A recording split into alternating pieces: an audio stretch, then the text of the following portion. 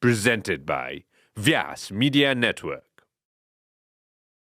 What was the, when we're looking at women's rights in the late 90s, early 2000s, what was the situation then when we're talking about property law? In terms of property law, I would still like to know what is the rule now as well? Like, how did it change and what it is now? But, even abortion law and things, what was happening then? And then, what changed and what's happening today now?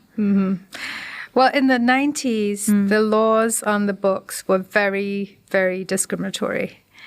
And after the transition from a monarchy to a democracy, with the introduction of a new constitution and a new legal framework, I think that led to new aspirations and a new way of looking at the law. So cases were filed in court challenging the constitutionality of certain provisions in the National Civil Code, claiming that they were discriminatory.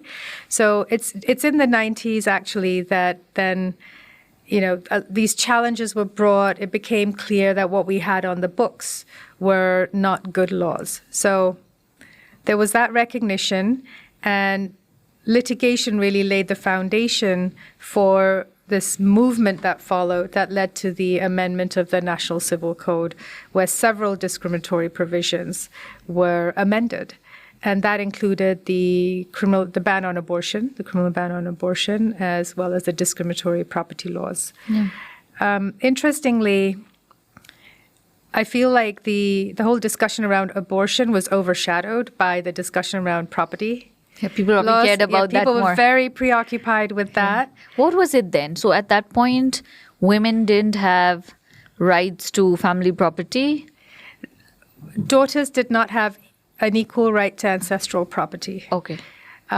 Sons had the right upon birth, like once they were born, they basically had a right, whereas girls did not. There were certain requirements. So they would have to be 35 years of age and unmarried in order to be able to inherit ancestral property.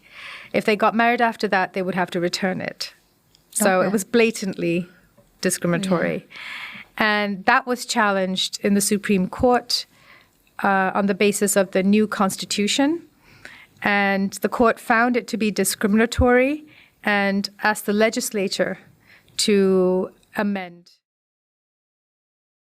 Presented by Vyasa Media Network.